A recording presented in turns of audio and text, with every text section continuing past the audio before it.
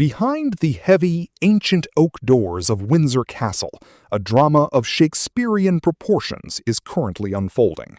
While the official mouthpieces of Buckingham Palace tirelessly churn out press releases painting a picture of perfect, unshakable family unity, a very different, far darker reality is allegedly playing out in the shadows.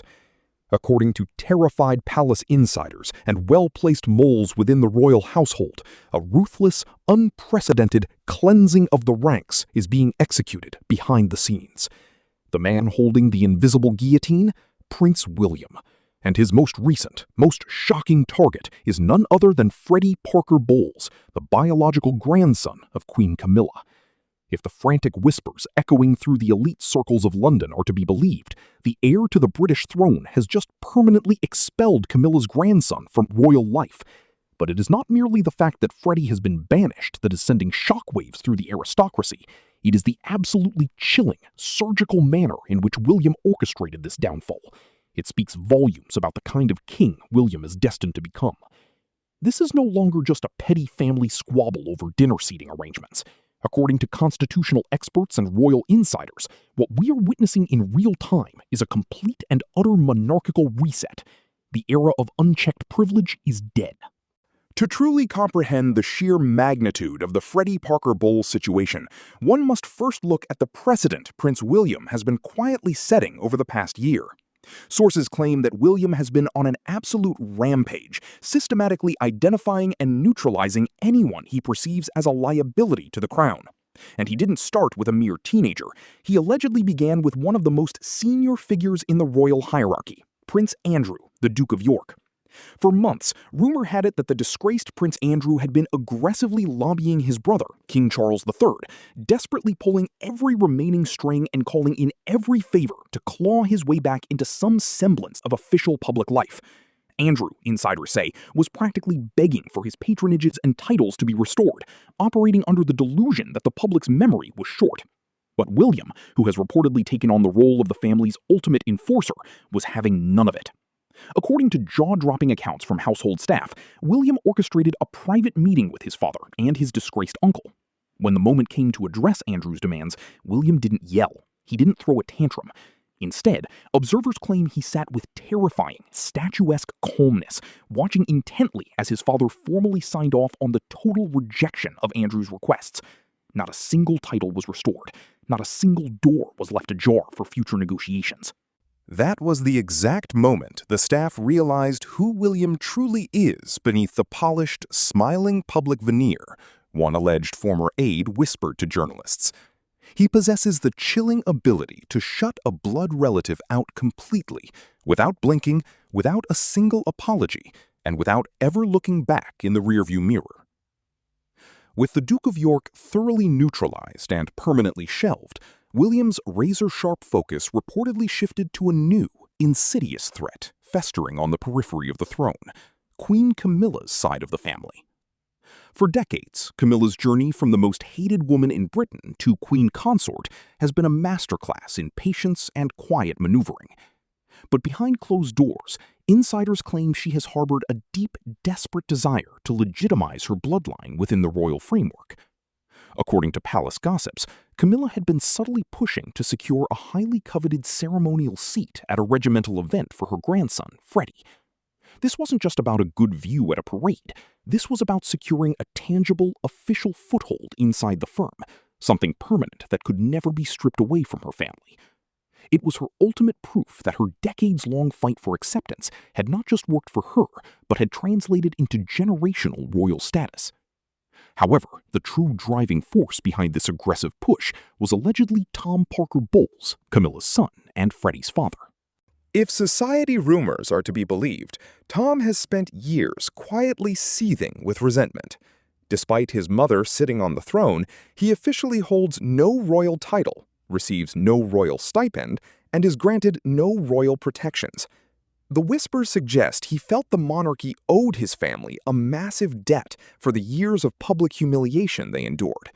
In a quote that has since become infamous among the Windsor household staff, Tom allegedly coached his son with a philosophy that bordered on hostile infiltration. Half joking but entirely serious underneath, Tom reportedly told Freddie, "We take everything, however it works for us, with force if needed. Don't wait to be offered. Demand it." Armed with this toxic manifesto, Tom allegedly instructed his son word for word on how to bypass the standard protocols and directly pressure senior household staff for privileges. He didn't want Freddie to wait around for a golden envelope. He wanted him to kick the door in. It was a fatal miscalculation. The second Freddie Parker Bowles attempted to strong-arm the royal staff, his name landed directly on Prince William's radar. The Prince of Wales didn't issue a public warning. He didn't complain to his father. Instead, he did something far more dangerous. Allegedly, William simply assigned a trusted, top-tier private secretary to monitor Freddie's every single move, text, and conversation. The trap was set. Completely oblivious to the fact that he was now under the intense surveillance of the future king's intelligence apparatus, Freddie made his situation exponentially worse. A few weeks after his initial demands for access, Freddie sat down for an interview with a niche lifestyle magazine. According to PR experts who analyzed the fallout, Tom Parker Bowles had pushed his son into doing the piece, convincing him that a little visibility never hurt anyone, and that it was time for Freddie to step out of the shadows. Tom allegedly even rehearsed the talking points with him. During the interview, Freddie casually name-dropped private family dinners at Windsor Castle as if he were discussing a trip to the local pub. But the absolute zenith of his foolishness came when he allegedly referred to Prince William as a bit stiff, casually remarking to the journalist that he didn't think William would make a particularly fine king. Within hours of publication, William's communications team flagged the article. This time, William didn't keep it entirely to himself. Sources claim he explicitly told his private secretary that Freddie Parker Bowles was now officially classified as a person of interest. To William, it wasn't just about a teenager's bruised ego or disrespectful words. It was about what those words exposed. Freddie viewed the British monarchy not as a sacred institution to be protected, but as a personal piggy bank of clout to be spent on his own public image. But the vanity interview was merely a prelude to a far more sinister breach. According to explosive leaks from the palace press office, Freddie had been bragging to his high school classmates, claiming he had insider knowledge of the firm. One of those secrets allegedly involved a highly sensitive private medical detail concerning King Charles III himself. This wasn't harmless gossip. This was classified information. The rumor reached a parent. The parent tipped off a tabloid journalist, and suddenly the palace found itself staring down the barrel of a major privacy scandal. Insiders claim the royal communications team spent 2 agonizing, sleepless days working back channels to quietly kill the story before it could see the light of day. This was the turning point. Before the medical leak, Freddie Parker Bowles was just an irritating image problem. After it, he was elevated to the status of a genuine security threat. A teenager with a loose tongue and access to the sovereign's private medical charts was a liability that the crown simply could not afford. As if the medical leak weren't enough, the surveillance operation allegedly struck gold. Palace security channels somehow intercepted messages from a private group chat where Freddie had been holding court. The contents, according to those familiar with the situation, were damning. Freddie had been referring to Windsor Castle as his second house. He was casually promising his friends VIP invitations to exclusive royal polo events. Even worse, he was documented asking palace staff to bend strict security rules for his entourage, explicitly invoking his grandmother's name as leverage. William reportedly demanded to read every single line of these intercepted messages himself. As he scrolled through the chat logs, his blood allegedly ran cold. Why? Because the phrasing Freddie used was identical to comments Tom Parker Bowles had made at a dinner party a year prior, where Tom jokingly suggested the family should start charging people for access. Freddie wasn't just being a foolish teenager. He was operating as a mouthpiece for his father's deeply ingrained sense of entitlement. It was in that precise moment, sitting alone with those transcripts, that William allegedly made his final, unalterable decision. Freddie was done. But the execution of this decision would be a masterclass in psychological warfare.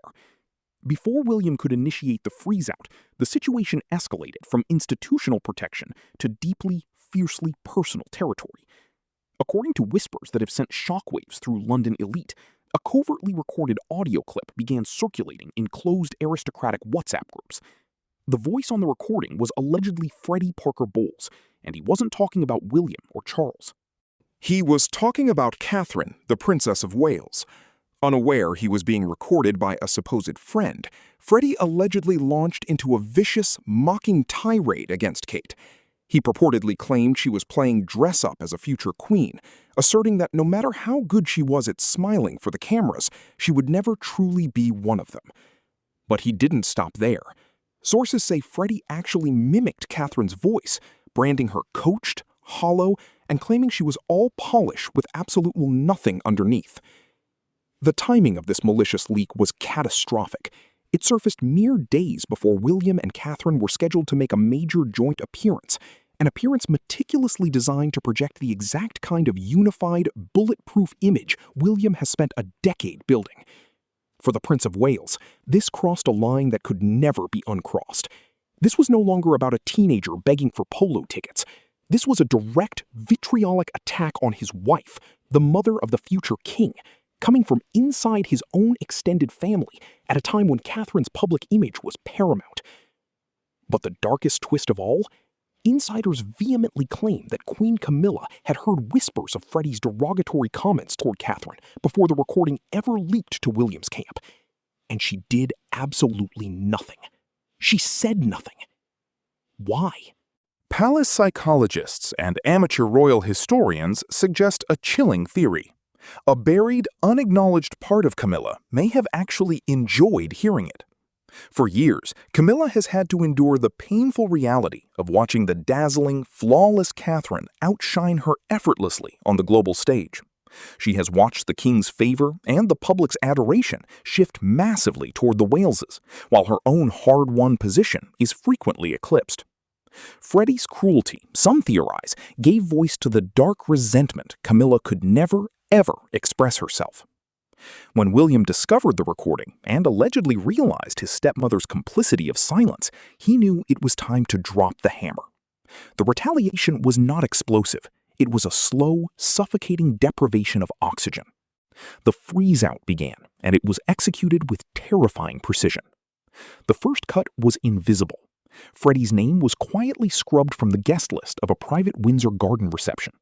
There was no dramatic announcement, no warning letter from a secretary. He only discovered his excommunication when a relative happened to see the final seating chart. When Freddie allegedly tried to call the household to fix what he assumed was a clerical error, his calls were met with the polite, brick-wall silence of answering machines. Then came the second, deeper cut. An invitation to a smaller, intimate family gathering, an event already confirmed and sitting on Freddie's calendar, was suddenly revoked. A terse, brutally formal note arrived from a mid-level private secretary. The event has been rescaled. Your attendance will no longer be required.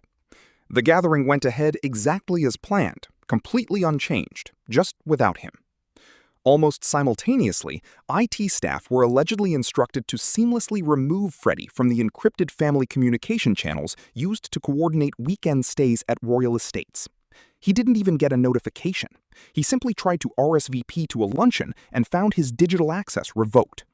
Panicked and confused, Freddie reportedly called his mother, begging to know what he had done wrong. She had no answers, only tears. That terrified him more than anything. Next, he called his father. According to insiders familiar with the family's private turmoil, Tom Parker Bowles wasn't surprised in the slightest.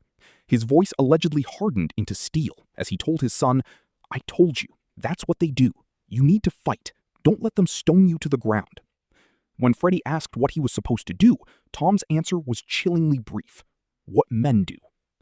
Fueled by his father's toxic bravado, Freddie made the worst decision of his life. He decided to call their bluff. He showed up, entirely uninvited, to a Windsor Park charity walk that the senior royals were attending.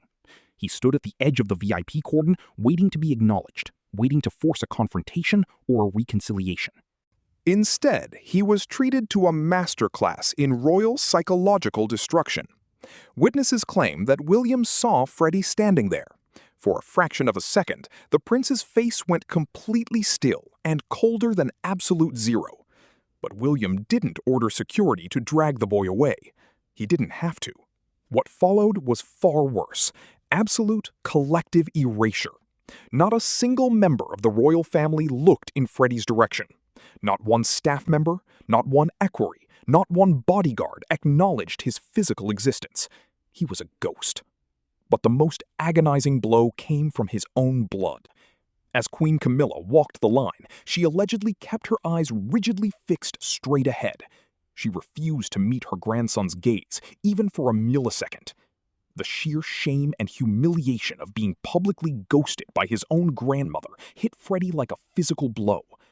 Unable to bear the suffocating awkwardness a second longer, the boy allegedly turned and fled the park before the event even concluded, his father's hollow advice ringing in his ears.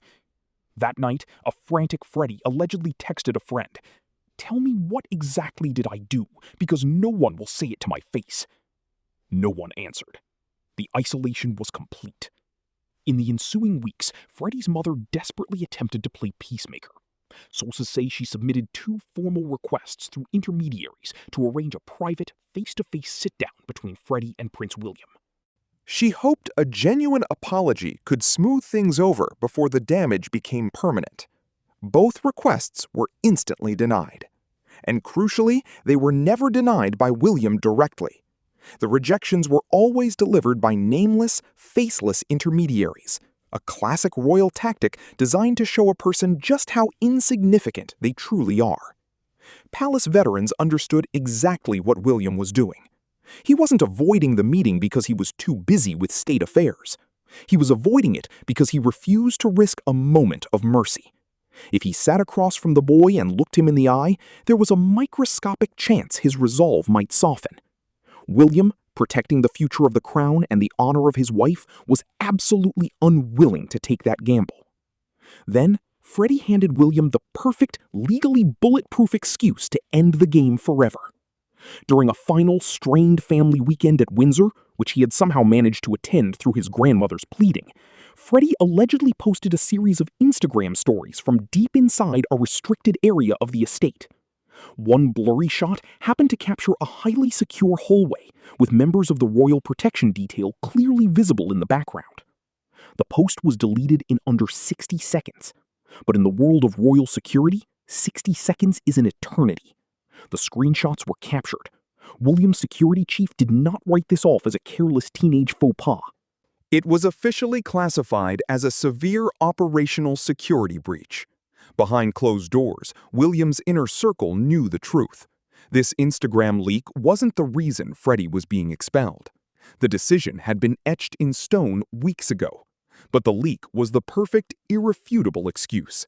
If the press or the public ever asked why Camilla's grandson was persona non grata, the palace could simply point to security protocols and wash their hands of it. The final execution was not a grand public spectacle. It happened in a tiny, claustrophobic private sitting room in Windsor, a room usually reserved for quiet tea and intimate family chats. The domestic setting only made the brutality of what was about to happen feel more devastating.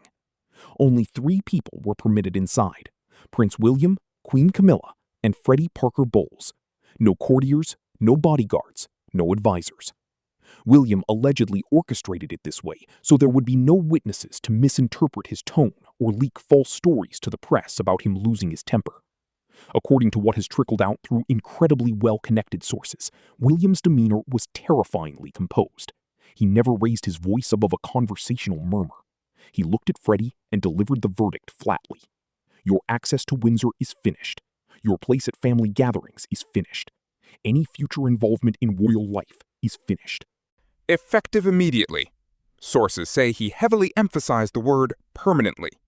Then, shedding the armor of the future king and speaking purely as a husband, William allegedly leaned in, locked eyes with the boy, and delivered the killing blow.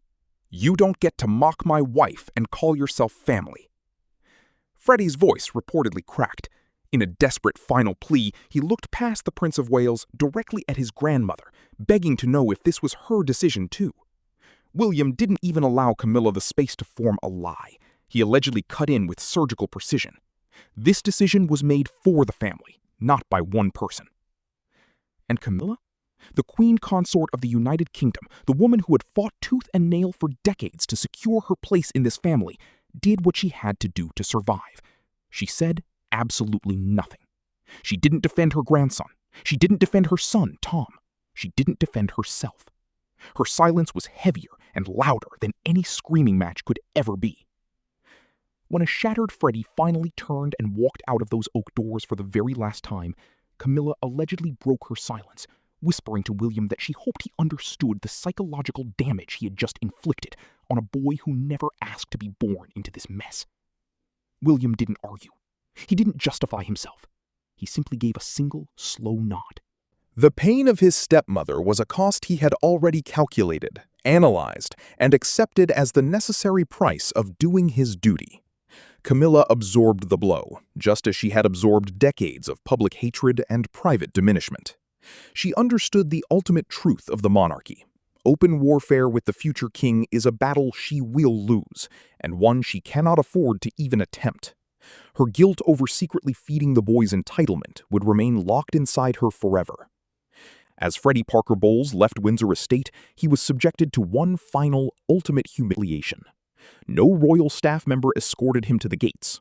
No sleek black Range Rover was dispatched to drive him home. He was forced to wait at the gatehouse and call a regular civilian minicab, slinking away into the dreary English afternoon as if he were a dismissed scullery maid rather than the king's step-grandson. But the story doesn't end there, because someone else was watching.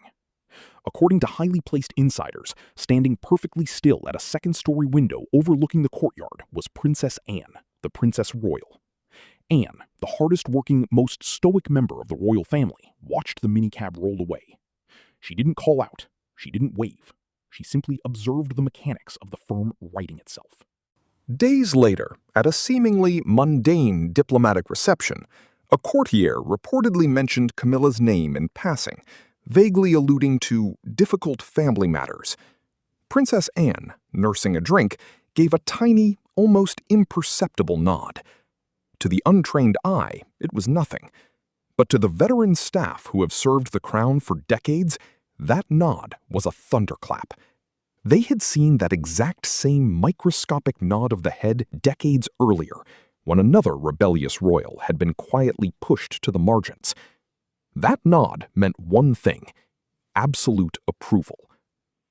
Princess Anne has spent 50 years watching the British monarchy nearly buckle under the weight of hangers-on, grifters, and relatives who treated royal access like an endless buffet owed to them by birthright, rather than a sacred duty earned through sacrifice. Anne herself has sacrificed personal happiness, marriages, and closeness with her own children to serve the crown without a single public complaint. When Anne watched William coldly cut Freddie Parker Bowles loose, she didn't see a cruel uncle. She saw a king. She saw a man finally understanding the brutal demands of the job. Rumor has it that later that very night, Anne picked up the phone and called William on his private line. Her tone was allegedly softer than usual, but lined with iron. She told the future king she was proud of him. She told him he had done exactly what needed to be done, and he had executed it without flinching. William didn't say much in return. He didn't need to. In that fleeting moment, the call wasn't about protocol. It was a transfer of ideological power from the firm's ultimate survivor to its future CEO. Anne's message was clear. Surviving in this family isn't about being universally loved. It's about never, ever giving the institution a reason to remove you. Freddie Parker Bowles gave them a reason. When you step back from the sensational gossip, the leaked audios, and the bitter family infighting, the grander picture becomes chillingly clear. Prince William is not just cleaning house. He is drawing a blood-red line in the sand that will define the entirety of his future reign. The message echoing from the ancient stone walls of Windsor is unmistakable. Access to the British monarchy is no longer a birthright for those on the periphery. You cannot demand privileges simply because your grandmother happened to marry the king. Access is conditional. It is earned. And if you dare to treat the crown like currency to spend on your Instagram clout, if you dare to mock the future Queen of England, if you dare to leak private information that jeopardizes the institution, you will not be gently sidelined. You will not be sent on a diplomatic tour of the Commonwealth to cool off. You will be permanently, ruthlessly, and silently erased. Freddie Parker Bowles is no longer a prince-adjacent socialite. He is an example. And with the silent blessing of Princess Anne, William has just shown the entire world, including his father, including Queen Camilla, and including every distant cousin with a media contact, that the era of royal tolerance is officially dead. The Ice King is taking control, and he will never let anyone mess with his family again.